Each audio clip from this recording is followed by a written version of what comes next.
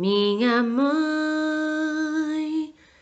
Eu me ofereço inteiramente, toda a vós, e em prova da minha devoção, eu hoje vos dou meu coração.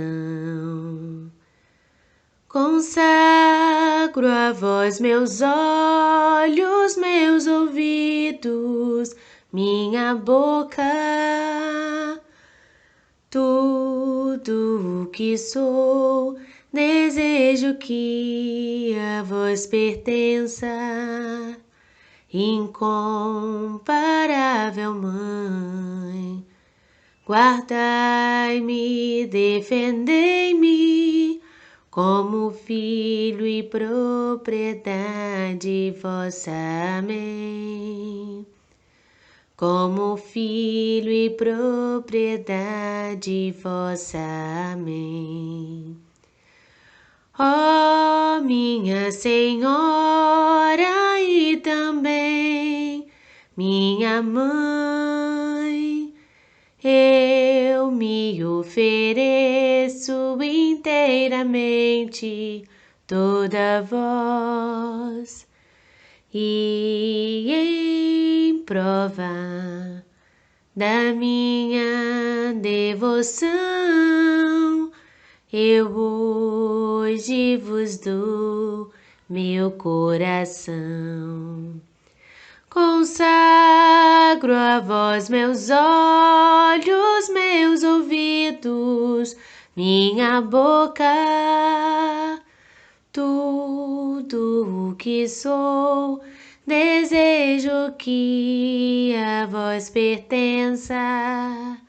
Incomparável Mãe, guardai-me, defendei-me, como filho e propriedade vossa. Amém. Como filho e propriedade vossa. Amém. Deus de infinita bondade, que sabes das nossas necessidades, graças damos a Ti, ó Pai, pelo fôlego da vida, por nos dar tantas oportunidades de como fazer, o que fazer e as oportunidades de fazer o nosso melhor em prol da nossa evolução espiritual. Nos intui, nos dá o livramento, nos direciona, nos alimenta, nos encoraja para não desistirmos da nossa caminhada. Ajuda-nos, Rei da Glória, a transformar nossas más inclinações em sabedoria. Expanda nossa visão para enxergarmos as melhores escolhas e preencha o nosso coração com tuas luzes cintilosas para caminharmos nas pegadas do nosso Mestre Jesus. Pedimos a vossa presença, ó Pai amado, para que saibamos absorver o alimento do estudo da noite de hoje. Intua a nossa irmã responsável a ministrar a palavra, que chega como bússola de entendimento aos nossos ouvidos e coração. Que assim seja. Boa noite, irmãos. A leitura do Evangelho nessa noite está em João, capítulo 14, versículo 15 ao 18. Se vocês me amam, guardarão os meus mandamentos. E eu pedirei ao Pai, e ele lhes dará outro Consolador, a fim de que esteja com vocês para sempre. É o Espírito de verdade, que o mundo não pode receber, porque não o vê, nem o conhece. Vocês o conhecem, porque ele habita com vocês e estará em vocês. Não deixarei que fiquem órfãos. Voltarei para junto de vocês. Que assim seja. Mais uma vez, boa noite a todos. Estamos aqui nesta segunda-feira para fazermos o nosso estudo do Livro dos Espíritos. Espero que todos já tenham apanhado o livro para que possamos acompanharmos juntos. Como muito bem colocado pelo nosso irmão José Martins, temos hoje acesso, né, à terceira revelação, que é o Espiritismo. Então, devemos sempre aproveitar essa oportunidade que estamos tendo. O mentor já nos dá essa oportunidade há anos. E este ano, em meio a tantas tribulações, tantas provas que temos passado em coletivo, estamos recebendo essa consolação, a terceira revelação, no conforto do nosso lar. Sem precisar estarmos nos expondo. E tem chegado até nós esse alimento, esse verdadeiro alimento, diariamente. Então, vemos, né, que, ainda que imerecidamente, continuamos sendo alimentados, amparados, diariamente fortalecidos pelas mãos do nosso Mestre Jesus, por intermédio do nosso mentor Paulo de Tarso, que é o nosso Pai, que nos guarda debaixo de sua capa, nos protege. Então temos que sempre render graças a essa oportunidade de estarmos em contato aqui com a terceira revelação. Mais uma vez, bem-vindo a todos. Nós vamos dar continuidade ao estudo do Livro dos Espíritos. Nós estamos no livro 2, no capítulo 3. Na semana passada, nossa irmã Ana Clara encerrou o capítulo que falava sobre a encarnação dos espíritos no item materialismo. E nós vamos iniciar o capítulo 3 hoje falando sobre o retorno da vida corpórea à vida espiritual. Esse capítulo é dividido em 3 tópicos. A alma após a morte, sua individualidade e vida eterna. Esse é um tópico. O próximo tópico será a separação da alma e do corpo e, posteriormente, perturbação espiritual. Então, nós vamos dar início hoje ao tópico a alma após a morte, sua individualidade e vida eterna, na questão 149.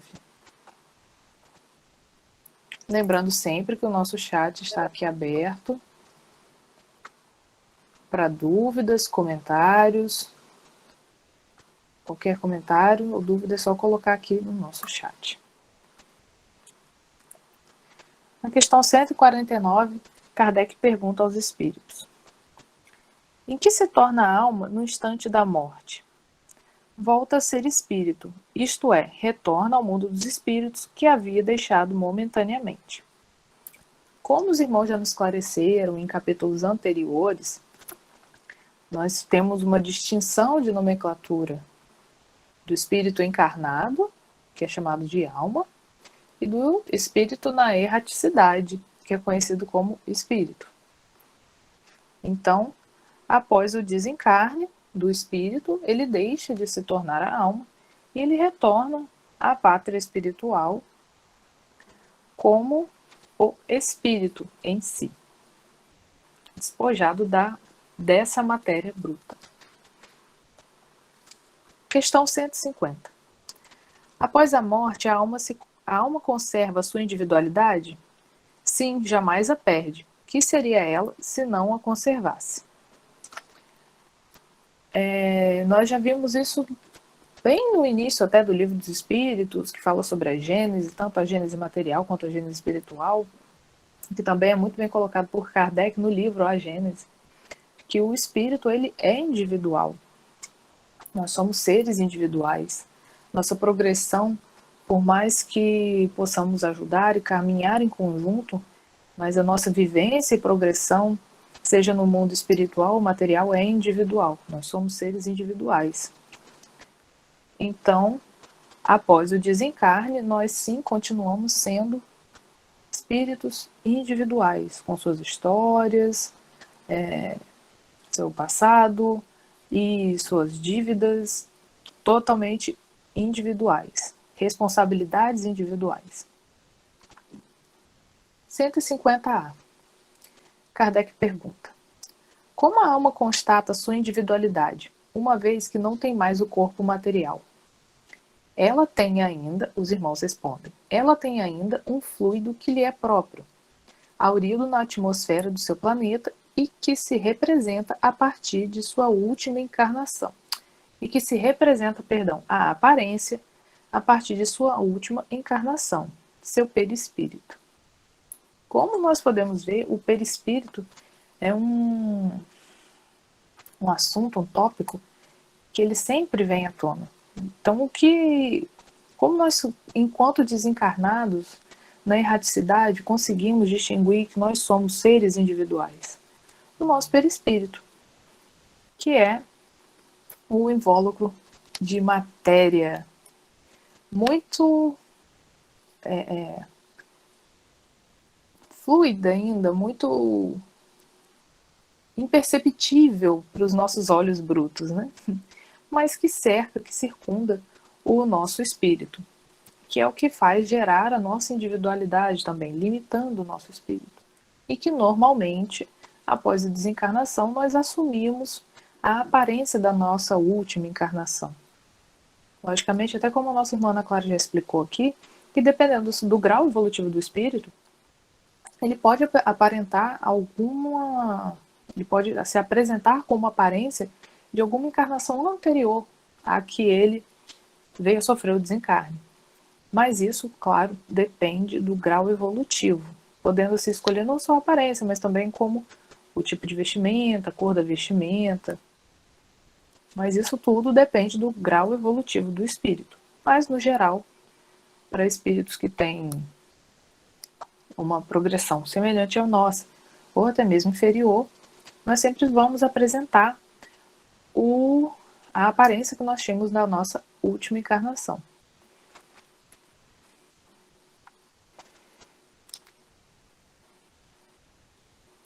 E ratificando mais uma vez, né, a importância do estudo do perispírito para a compreensão, para o entendimento do que acontece conosco no todo, né, enquanto a vivência do espírito, não só do espírito na erraticidade, no mundo espiritual, mas também da nossa vivência aqui enquanto espírito encarnado, enquanto alma.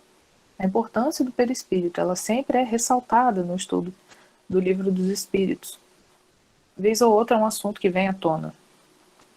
Como nós também já comentamos aqui, o perispírito é esse canal, esse meio, né, esse laço fluídico que faz a união, o link do nosso espírito com a nossa carne. Ele também faz o envoltório do nosso espírito. E é através dele que nós passamos e recebemos sensações, né? Seja do nosso espírito para a carne e vice-versa. Então, e também carregamos as nossas marcas de vivências, do que fizemos com o nosso corpo, com os nossos sentimentos, com os sentimentos dos outros. Isso tudo vem, digamos assim, como tatuagem, né? Em nosso perispírito. Ele vem marcado. E por vezes, dependendo do tipo de desencarne, nós até vamos falar um pouco disso aqui nesse capítulo, por vezes, dependendo do tipo de desencarne e da evolução do espírito, ele acaba carregando aquela marca no perispírito. Por exemplo, um desencarne violento, às vezes algum tipo de amputação de membro. Esse irmão, dependendo do grau evolutivo, ele acaba carregando essa marca no perispírito e é necessário fazer tipos de tratamento espiritual para que ele possa recobrar a consciência de que, enquanto espírito, ele não sofre daquela perda, seja de um membro ou de algo que foi imposto enquanto castigo. Então há todo um tratamento no plano espiritual para que possa se recobrar a saúde do perispírito desses irmãos que desencarnam. Isso a gente vai ver um pouco mais à frente, quando nós falarmos, aprofundarmos um pouco mais sobre o desencarne. 150b. Kardec pergunta aos irmãos: a alma nada leva consigo deste mundo? Os irmãos respondem: nada, a não ser a lembrança, o desejo de ir para um mundo melhor. Essa lembrança é cheia de doçura ou de amargor, conforme o emprego que haja feito da vida. Quanto mais pura for, tanto melhor compreenderá a futilidade do que deixa na terra. Interessante que quando eu li essa questão, eu lembrei até de uma conversa que eu tive com a minha mãe há umas 2 semanas atrás, quando eu a vi. Nós estávamos falando sobre uma pessoa muito querida que desencarnou já há um tempo. E enquanto falávamos sobre essa pessoa, nós recobrávamos alguns momentos que passamos com ela. E no final da nossa conversa a gente chegou exatamente a essa conclusão, né? De que o que fica aqui são as lembranças, né? Do que nós vivenciamos com as pessoas, do que passamos juntos, do que as pessoas deixam pra gente. E é interessante, por exemplo, quando nós falávamos dessa pessoa, que ainda é até hoje muito amada em meu lar, nós falávamos justamente disso. O que nós temos de recordação dela, o que fica pra gente, o que a gente sempre lembra são os momentos, são as alegrias, os momentos que ela nos proporcionava no convívio. E não no que ela proporcionava de material. E às vezes a gente se preocupa tanto com o material, e aqui não vamos ser também hipócritas de dizer que o material não é importante para a nossa sobrevivência aqui, nós sabemos que sim. Né? É essencial que tenhamos nosso teto, nosso alimento, roupas para nos vestirmos, mas tudo é dentro do necessário. Lógico que às vezes a gente quer um pouco de conforto, a gente quer comprar algo diferente, agradar um filho, uma esposa, um marido, um amigo, um irmão. Sabemos que há enxergamos que às vezes no supérfluo há uma forma de transmitir amor, né? Quando damos algo assim não tão necessário ao outro. Mas no fundo, quando as pessoas, né, os espíritos, retornam à pátria espiritual, o que eles deixam para a gente são as lembranças dos momentos. E é muito interessante essa questão, retratar justamente isso. A lembrança é cheia de doçura ou de amargor, conforme o emprego que haja feito da vida. Então, o que a gente faz aqui, o que a gente deixa para o outro, o que a gente conversa e divide com o outro, é essa lembrança que vai ficar da gente. Né? Quando nós lembramos dos nossos pais, avós, pessoas queridas que já retornaram à pátria espiritual, a gente sempre lembra disso, né? A minha avó, por exemplo, eu sempre lembro, nossa, minha avó fazia feijão para mim, eu adorava o feijão da minha avó. Eu ia para casa da minha avó, voltar para casa, assim, alimentada o suficiente para 3 dias, se eu quisesse ficar em casa sem comer, porque, né, casa de vó é aquilo, você vai para comer e para desaprender tudo, sua mãe colocou você para aprender em casa, porque sua avó deixa você fazer tudo, pelo menos na casa da minha avó era assim. Então, o que fica pra gente são esses momentos, né, de dividir amor, de dividir carinho. E hoje a gente se preocupa, às vezes, muito com a parte material, o que eu vou dar para fulano, que é aniversário de fulano, o que eu vou dar para ele. E nós esquecemos que o mais importante, às vezes, é estar com a pessoa, e não o que eu vou levar de material para a pessoa. Porque é isso que fica quando a gente retorna para a pátria espiritual. Né? É o que nós proporcionamos de sentimento. Questão 151. Kardec pergunta aos irmãos: que pensar da opinião dos que dizem que após a morte a alma retorna ao todo universal? Então, o que pensar dessas pessoas que dizem que depois que nós desencarnamos, nós voltamos para digamos assim, para uma massa, né? Como se fosse pegar um pedacinho de um pão que a gente estivesse fazendo e retornar ele para a massa principal. O conjunto dos espíritos não forma um todo? Perguntam os irmãos. Não constitui um mundo completo? Quando estás numa assembleia, és parte integrante dela e, não obstante, conservas sempre a tua individualidade. Então nós aqui não estamos em assembleia. Quando nós vamos ao grupo físico, estamos em assembleia, somos todos mempasianos, todos fazemos parte do Mempais. E, entretanto, seguimos com a nossa individualidade. Eu tenho minha vida e cada um de vocês tem a de vocês. Então, nós retornamos, o nosso todo que nós retornamos é a pátria espiritual. Mas não perdemos a nossa individualidade. Cada um continua sendo espírito, individual, com sua história individual. 152. Kardec pergunta: que provas podemos ter da individualidade da alma após a morte? Os irmãos respondem: não tendes essa prova nas comunicações que recebeis? Não fosseis cegos, veríeis. Se não fosseis surdos, ouviríeis. Pois frequentemente uma voz vos fala e vos revela a existência de um ser que está fora de vós. Então, para aqueles que não são médiuns de maneira ostensiva, com o dom da visão, da audição, realmente, como para mim, a minha fé na vida além da matéria, ela é pautada no estudo, na minha vivência, no que eu já passei nos meus pais. E, querendo ou não, indiretamente, né, também pelo que eu já vivi anteriormente e dos estudos que nós temos no plano espiritual enquanto espíritos errantes. A gente tem que recordar sempre que quando a gente vem até... Quando a gente chega ao MEPAIS, por exemplo, e começa a ter, para aqueles que têm o primeiro contato com o espiritismo lá, com a doutrina espírita.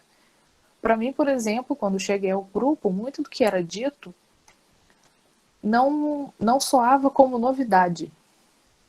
Por mais que nós saibamos que para o nosso reencarne há uma preparação em que todas as recordações ficam adormecidas na nossa mente, né? Nas nossas recordações de encarnações anteriores, o que vivenciamos no plano espiritual ficam adormecidas, ainda assim há coisas que, por termos vivenciado, termos contato, são muito latentes ainda. Então, quando temos contato, não soa mais como novidade. É como pessoas que têm, a gente fala, fulano tem dom para música, fulano tem dom para atuar. Essas pessoas com certeza já carregam esse histórico, esse contato com a arte para conseguir desenvolver. Como pessoas que têm habilidade para ciência, para fala, né, para retórica. São pessoas que já têm esse contato, já tiveram esse contato e hoje seguem ainda com essa semente ali latente, só esperando aguinha, só esperando ser irrigada para conseguir florir, né?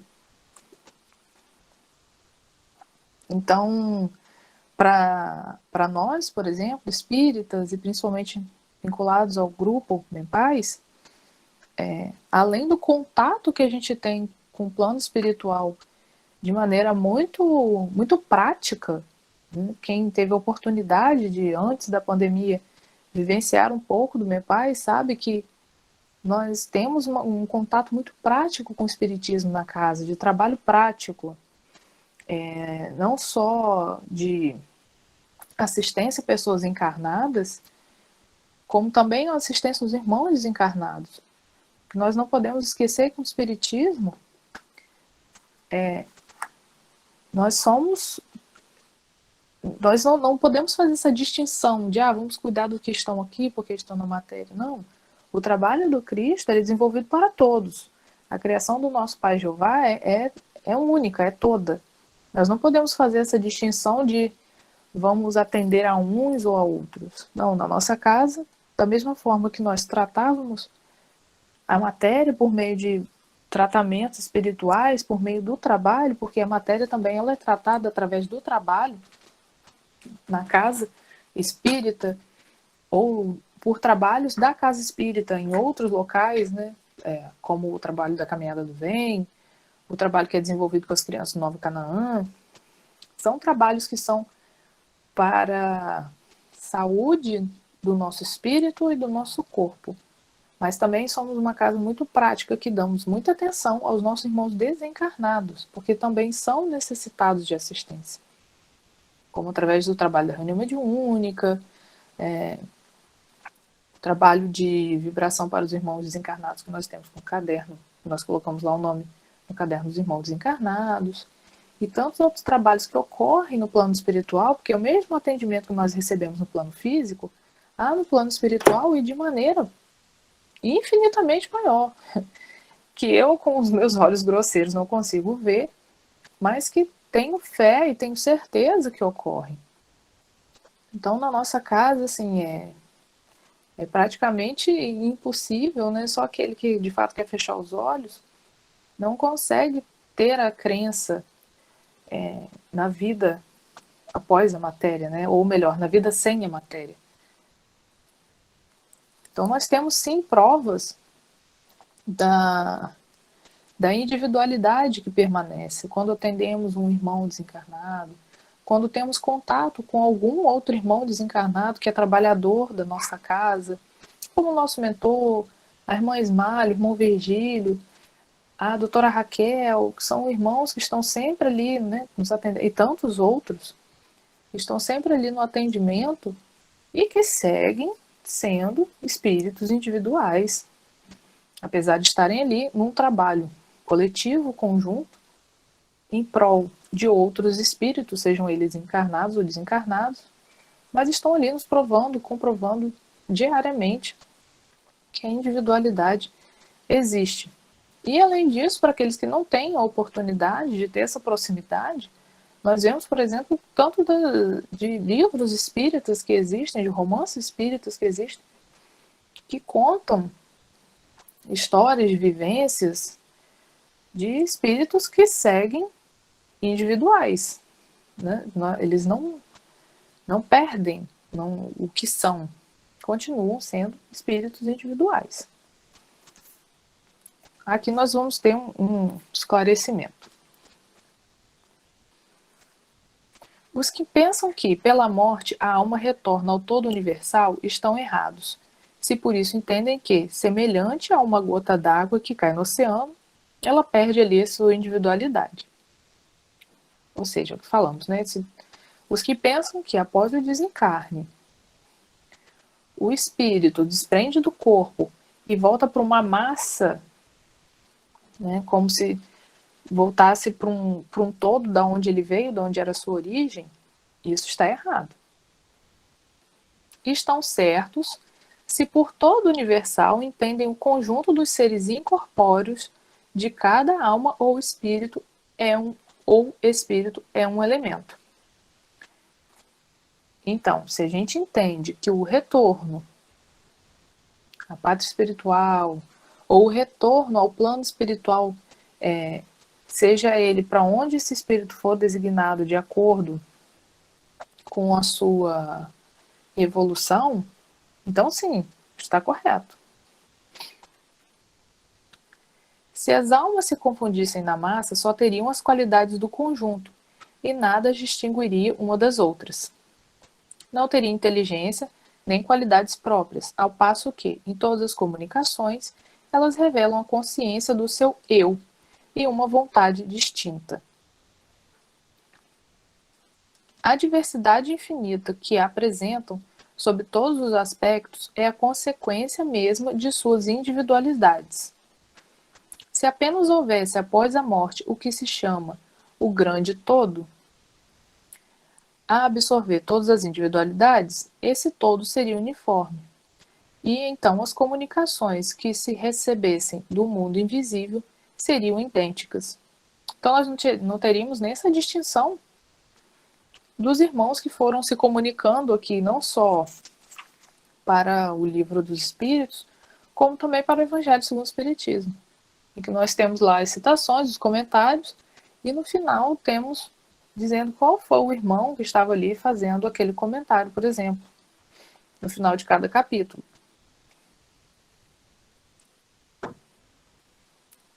Desde, porém, que lá se encontram seres bons e maus, sábios e ignorantes, felizes e infelizes, que lá os há de todos os caracteres, alegres e tristes, levianos e sérios, etc. É evidente que são seres distintos. Então, né, como nós sabemos, há muitas moradas na casa do nosso Pai.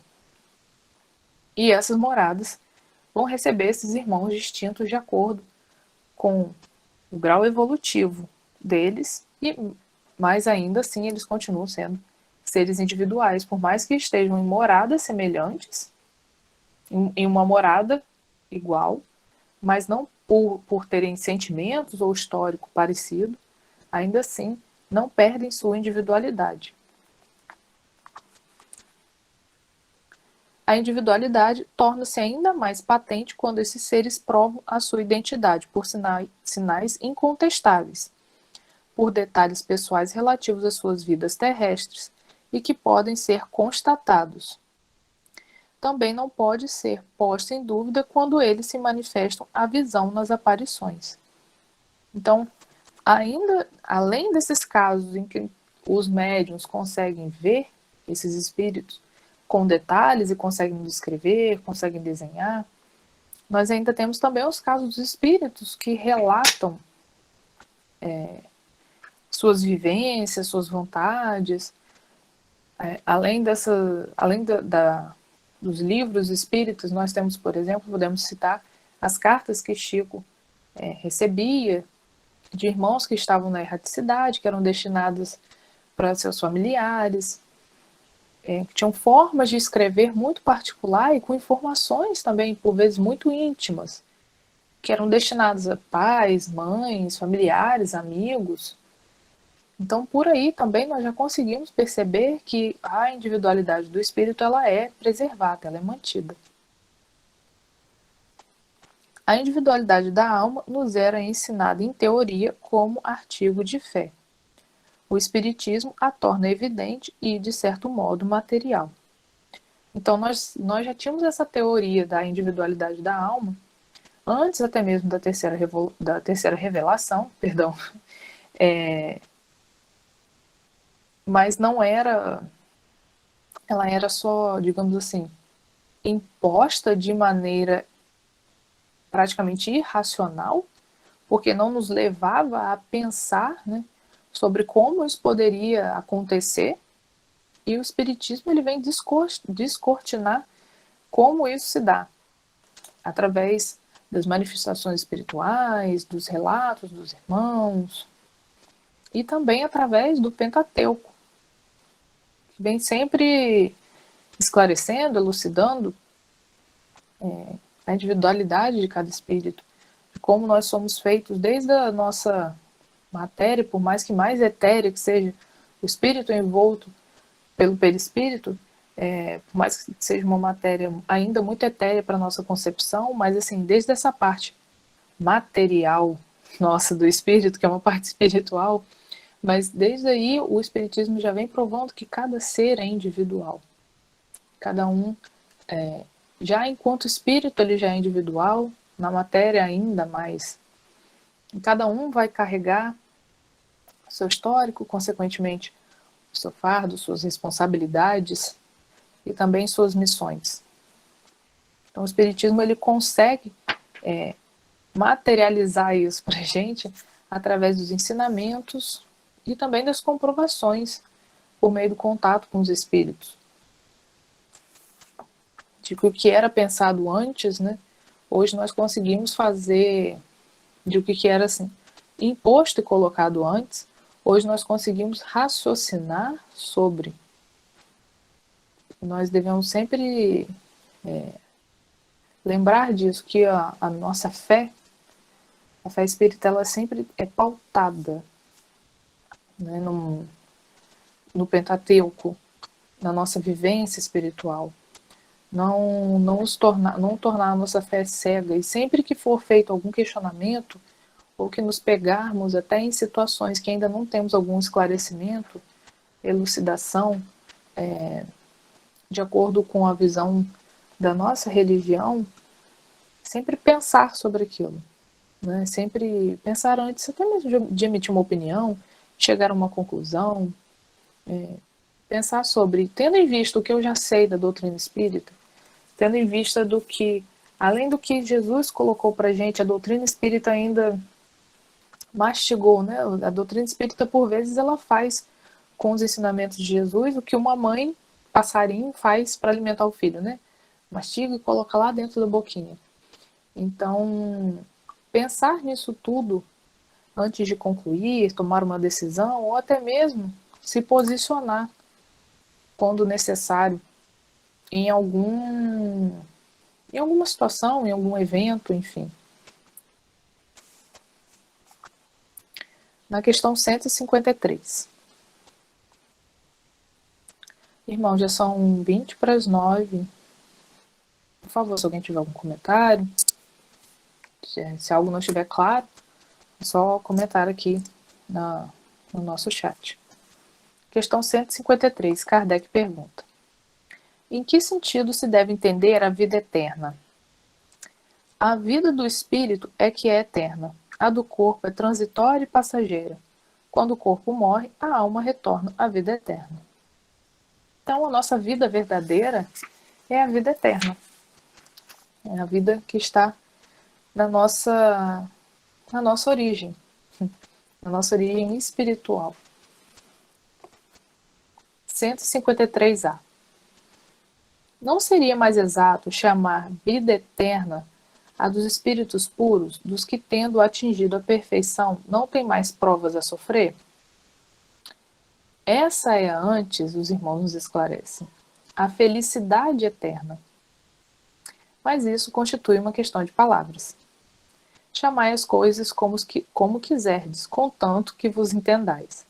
Mais uma vez, os irmãos colocam para gente, esclarecem para gente que as palavras, como nós ainda somos muito atrasados nesse meio, digamos assim, por mais que tenhamos um idioma de vocabulário muito rico, às vezes ainda não temos palavras para descrever, né, coisas que nos são passadas com relação à vida espiritual. Então, o que os irmãos nos esclarecem, sim, é que a vida em si, que é a vida espiritual, a verdadeira vida, ela é eterna. O que os irmãos já puros, espíritos puros, avançados, vivem além da vida eterna é o estado da felicidade eterna.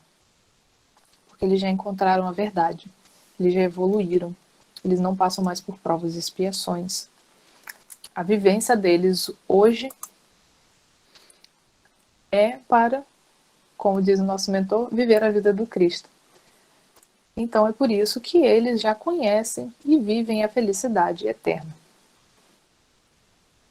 Nós vamos entrar agora no segundo item do capítulo 3, que é a separação da alma e do corpo. E nesse capítulo, nós vamos perceber o quanto é importante termos cuidado com a nossa vivência material para que a nossa separação da alma e do corpo seja feita de maneira harmônica ou de maneira mais natural possível. Nós percebemos o quanto a nossa vivência material interfere nesse trânsito, que é deixar o nosso corpo material e retornar à nossa vivência espiritual. Ressaltando sempre que nós temos que ter tanto o cuidado físico do nosso corpo, como também o nosso cuidado moral, da nossa conduta. Questão 154. É dolorosa a separação da alma e do corpo? Não. O corpo quase sempre sofre mais durante a vida do que no momento da morte. A alma, nenhuma parte toma nisso. Os sofrimentos que algumas vezes se experimentam no instante da morte são um gozo para o espírito, que vê chegar o termo do seu exílio. Na morte natural, a que resulta do esgotamento dos órgãos e consequência da idade, o homem deixa a vida sem o perceber. É uma lâmpada que se apaga por falta de combustível. Então, os irmãos nos colocam aqui, e aqui nós vamos fazer algumas considerações com relação a essa resposta que é dada na questão 154. Quando um espírito consegue enxergar como gozo esse abandono da carne, o regresso para a pátria espiritual, é porque ele é um espírito que tem um certo grau de evolução e já tem a compreensão de que a vida real, digamos assim, e que a felicidade, de fato, estão no plano espiritual. E de que isso aqui nada mais é do que um meio de espiarmos e de usarmos a matéria para evolução. É como, digamos assim, quando a gente está de férias e é muito bom, a gente viaja, está aproveitando muito, mas nada como voltar para sua casa, nada como dormir na sua cama, nada como tomar banho no seu banheiro, usar a sua TV, nada como seu sofá, seu cachorro.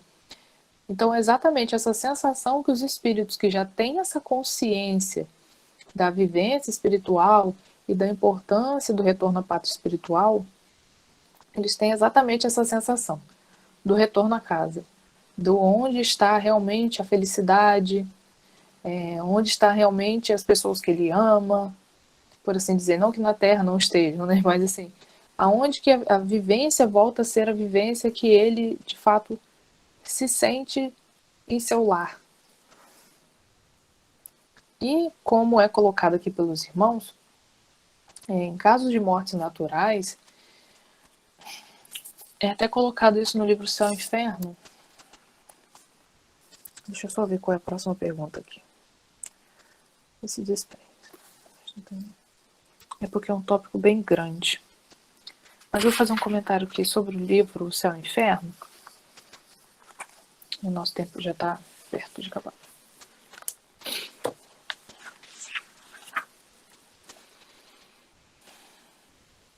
No livro Céu e Inferno, capítulo na segunda parte, no capítulo 1, tem um item chamado o passamento. Um capítulo, na verdade, chamado o passamento. E que ele fala, Kardec descreve bastante como que se dá as diversas possibilidades de desprendimento do espírito com relação à matéria, né? Como que o laço fluídico que prende que o perispírito se prende ao corpo, como que esse desenlace vai ocorrendo de acordo com o tipo de desencarne. Então, como é colocado aqui pelos irmãos, quando é um desencarne natural, ou seja, quando a pessoa já é muito idosa e seus órgãos já estão sofrendo de falência, quando é uma pessoa que está acamada há algum tempo, que vivencia alguma situação de doença, que às vezes não é uma doença crônica que a pessoa fica acamada, mas vamos supor, que acontece de morte natural, até mesmo de infarto, por mais que seja algo que aconteça do nada aos nossos olhos, mas que já era planejado para aquela pessoa. Esse desenlace se dá, não é de um dia para o outro. Ele, por vezes, começa antes até do período marcado por desencarne. Então, ele vai sendo feito de maneira sutil para que essa pessoa não sinta tanto, esse espírito não sinta tanto quando isso aconteça, né?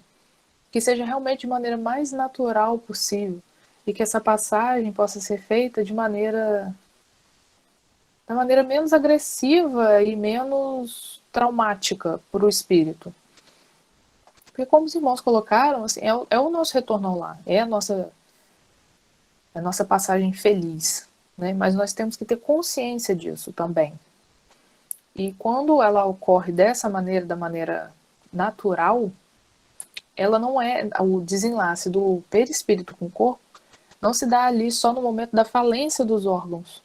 E esse desprendimento é feito de súbito. Ele já vem sendo programado e trabalhado pelos irmãos da equipe espiritual que são responsáveis por isso. Eu não vou lembrar agora se foi no livro Sexo e Destino, em que a personagem, que eu também não lembro o nome, que péssimo exemplo que eu vou citar aqui, né? Eu não lembro nem do nome não tenho certeza do nome do livro, nem lembro o nome do personagem. Mas enfim, a moça já estava no hospital porque tinha sido atropelada, então ela já estava no hospital há dias. E o pai dela, que tinha uma história, um histórico com ela de outras encarnações, tinha ido visitá-lo para pedir perdão. Marita, obrigada, Laura. A Marita estava já acamada no hospital há dias, esperando, aguardando a visita de seu pai, também para que pudesse haver o processo de perdão de tudo que havia ocorrido entre eles. Entretanto, a equipe espiritual já vinha trabalhando nesse desenlace dela há tempo. Ela já vinha sendo preparada para isso, não só na matéria quanto no espírito. E o desenlace de fato dela só se dá após essa resolução entre eles, né, entre a Marita e o pai. Mas assim, era só para exemplificar como isso já vem sendo trabalhado. Às vezes nós temos aquela... Quando as pessoas falam de eutanásia, por exemplo, em humanos, né, e falam, a pessoa já está há anos em coma, não é possível, sabe? Vamos terminar, vamos encerrar com esse sofrimento. Nós não temos noção do que aquele processo ali está sendo importante para aquele espírito. Esse processo está ligado ainda a essa matéria. Nós não sabemos o que ele vem o que ele vem espiando por estar anos nesse, digamos assim, nesse meio termo, porque ele não move mais a carne, ele muito possivelmente consegue ver e não compreender muito o que ocorre. Há outra possibilidade também dele compreender e ter que trabalhar a aceitação, a resignação dele, o processo de aceitação. Às vezes o espírito está tendo que lidar com uma revolta de ver a carne dele daquela forma. Então, esses irmãos que, por exemplo, né, estamos tomando aqui o coma como exemplo, que tem coma de anos, em anos, assim, longos, e que muitas vezes as pessoas querem fazer eutanásia por ser um sofrimento, e não estou aqui, gente, apresentando uma crítica a essas pessoas que fazem, principalmente aqueles que o querem fazer porque entendem que aquela pessoa está sofrendo. Eu sei que não é dado o direito a ninguém de tirar a vida do outro, seja lá a situação que essa pessoa está, mas eu entendo também que é nosso dever enquanto cristãos, olhar para essas pessoas que ainda vivem na ignorância com carinho e ter um pouco de empatia para entender também por que eles têm esse sentimento com relação a um ente querido. Não apoio quem quer fazer isso, mas eu também tenho plena consciência e não vou fazer, não sejamos hipócritas, né? Eu tenho plena consciência de que isso é errado, porque hoje eu conheço a doutrina espírita. Porque muito provavelmente se eu não vivenciasse a doutrina espírita e eu tivesse alguma outra religião ou não tivesse nenhuma religião, talvez eu apoiaria essa pessoa. Porque hoje eu tenho conhecimento da vida espiritual que eu considero errado. Mas a gente não pode apontar para essas pessoas e dizer que o que elas estão fazendo é errado. Porque elas não têm consciência de que há ali uma equipe espiritual trabalhando não só nesse desenlace desse espírito, desse corpo, mas também de todo o processo que esse espírito precisa passar, de levar anos assim preso a esse corpo. Como nós vemos também com outras doenças, como Alzheimer, pessoas que têm contato com alguém que sofre de Alzheimer sabe disso, né? São anos que a pessoa vai literalmente definhando físico e mentalmente. E tantas outras doenças, principalmente as doenças mentais, que levam a esse processo. E às vezes nós não temos, muitas vezes nós não temos consciência de que aquilo é necessário para aquele espírito e que fazer esse desenlace bruto vai atrapalhar muito, não só na evolução do que ele teria que passar ainda naquela matéria, mas também a gente atrapalha o momento do desenlace do corpo, aquele trabalho que a equipe espiritual está fazendo junto ao corpo físico, para que esse desenlace possa se dar da maneira mais natural e até mais carinhosa, mais amorosa possível. Kardec coloca aqui no livro O Céu e o Inferno, nesse capítulo que eu citei, que o perispírito, ele está... Vou até pedir licença aos irmãos só para ler um pedaço. O perispírito, ele está vinculado a cada célula do corpo. Deixa eu ver se eu consigo achar. Só um minuto.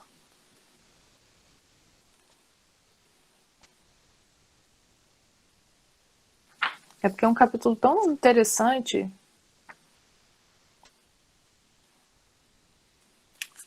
Achei. Durante a vida, o fluido perispirítico penetra o corpo em todas as suas partes e serve de veículo às sensações físicas da alma. Então, ele é vinculado a toda parte do corpo, sem uma restrição de parte, né? Então, esse trabalho que é feito, ele é muito, muito delicado para que seja interrompido de maneira tão bruta. E até nós vamos ver futuramente aqui nesse capítulo, eu vou ter que encerrar por conta do horário,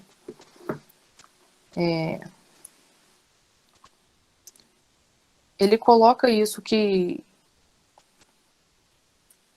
quando o desenlace é feito de maneira, vamos supor, de uma morte violenta, esse espírito sofre muito porque não aconteceu um preparo.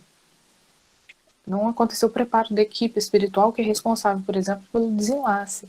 Não era aquilo que estava programado.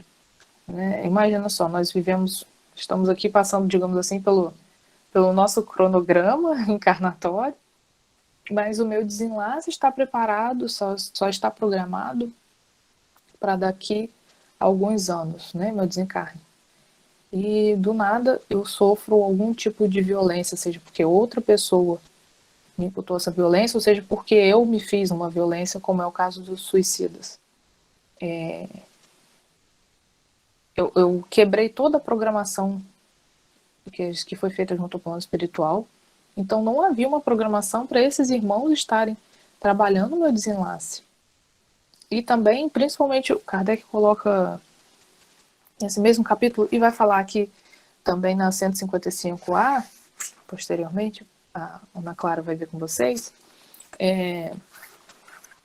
que no caso do suicídio, isso é pior ainda. Porque, como nós já dissemos aqui, o suicida ele não comete o suicídio porque ele quer acabar com a vida dele. O suicida ele quer se livrar de um problema. E quando ele comete o suicídio, além dele ter que passar por toda essa tribulação do desenlace, junto disso ele ainda tem que abrir os olhos e perceber que nada foi resolvido. Muito pelo contrário. Ele só deu um plus, né? Ele colocou um maisinho ali no problema que ele estava vivendo. Então, o desenlace do suicida é ainda muito mais complicado. Kardec relata também no livro Céu e Inferno que, por vezes, e para quem teve a oportunidade de vivenciar a reunião mediúnica, por vezes esses irmãos ficam tão vinculados ao corpo que eles acabam acompanhando até o processo de putrefação corporal. Muitos irmãos nem se dão conta, né, dependendo do tipo de morte, não só no suicídio, mas muitos irmãos que passaram por mortes, por desencarnes violentos, nem percebem que esse corpo já não está mais, né, do modo que ele era habituado, né? Às vezes a carne já se foi, mas ele ainda segue vinculado, né? E isso também é colocado vai ser colocado aqui à frente, que às vezes a carne já se desfez, mas o espírito segue vinculado àquela matéria que nem existe mais, né? Mas ele ainda segue ligado a essa ideia da matéria. Enfim, vai ser um capítulo muito interessante. A Ana Clara vai continuar na semana que vem, a partir da questão 155. Aos irmãos que tiverem interesse em saber um pouco mais sobre essa questão do desenlace, o livro O Céu e o Inferno, no livro terceiro, na parte segunda, no capítulo 1, o passamento vai falar sobre essas formas de desenlace de maneira mais particular, tanto do desenlace que se dá de maneira natural, ou de espíritos mais evoluídos, ou de espíritos mais materializados, ou de desenlaces que são feitos por casos violentos. Kardec fez uma explicação muito, muito sensível, muito profunda sobre esse assunto. Então, os que tiverem um pouco mais de interesse, vale a pena ler. Espero que tenha sido edificante para todos, assim como foi para mim. Vou encerrar aqui o nosso estudo, vou colocar o nosso hino de encerramento. Não houve nenhum questionamento, nenhum comentário. Eu gostaria de fazer um agradecimento particular ao nosso mentor Paulo de Tarso por estar me proporcionando estar aqui hoje. Hoje, apesar de eu ter recebido felicitações ontem no nosso grupo, hoje, que é o meu aniversário, então para mim é um presente enorme estar aqui hoje junto dos meus irmãos queridos, na nossa casa Minha Paz, ainda que de maneira virtual. Eu não poderia ter presente melhor do que estar servindo ao Cristo nesta data. É muito gratificante, creio eu que não só para mim, mas 2020 tem sido um ano bem desafiador para todos nós. É hoje. Mas não tem problema, não tem problema. Todas as felicitações foram recebidas com muito carinho. Tenho certeza que 2020 não está sendo um ano muito, muito fácil para ninguém. E desenvolver este novo trabalho junto de vocês neste ano, tem sido alimentador e fortalecedor para minha vida em particular. Então, eu só tenho a agradecer não só a misericórdia do nosso Mestre Jesus, mas também do nosso mentor, Paulo de Tarso, porque, ainda que muito imperfeita e com muitas coisas a melhorar, ele, ainda assim, em sua misericórdia, me proporciona momentos tão felizes como esse que eu vivo hoje. E se hoje eu estou aqui, eu devo muitíssimo a ele. Eu não teria chegado aqui hoje sem o nosso pai, o nosso mentor. Então, muito obrigada pela presença de todos. É muito bom estar aqui repartindo esse momento com vocês. Estejamos todos em paz nessa noite com o nosso Mestre Jesus e sempre sob a proteção do nosso mentor Paulo de Tarso. Vou colocar aqui o nosso hino e a nossa oração final. Desejo uma boa noite a todos. Contam que Jesus certo dia andara junto ao lago azul de Genezaré, e as multidões ele ministrava seus ensinamentos de amor e fé. Com saliva e lodo curava um cego junto ao velho tanque de Siloé. Numa tarde linda de primavera, outros mais prodígios ele fizera na cidade santa de Nazaré. Foi o bom Jesus que nos ensinou, junto ao lago azul de Genezaré. Caridade, luz, bondade, amor, verdade e fé. Tanto no Tabor em Jerusalém, quanto na Betânia em Genezaré, ele foi caminho, verdade e vida, como ainda é. Tanto no Tabor em Jerusalém, quanto na Betânia em Genezaré, ele foi caminho, verdade e vida, como ainda é. E assim, mestre querido, nos alimentamos com esse estudo iluminativo e esclarecedor das verdades espirituais. Que a nossa compreensão nos ajude na caminhada com mais clareza. Ó iluminado de Deus, precisamos tanto de Ti. Estamos nos esforçando e nos aprimorando para subirmos os degraus do nosso ciclo evolutivo. E somente em Tua luz conseguimos. Ó Senhor, mexe com nossa estrutura, sara nossas feridas e nos resgata sempre para continuarmos a caminhada. Prometestes a vitória e a vemos todos os dias, ao nos levantar e ao deitar. Pois o Senhor estás conosco e vive dentro de nós. Que o Teu perfume de vida, Senhor, esteja em cada cantinho dos nossos lares, movimentando as energias salutares da família. Pedimos que fique conosco para combatermos o bom combate, como o nosso mentor Paulo de Tarso nos ensinou, por amor a Ti. Porque não há outro que possas fazer aquilo que só o Teu nome, o Teu amor, tem todo o poder. Te amamos, Senhor, nosso mensageiro da paz. Que assim seja.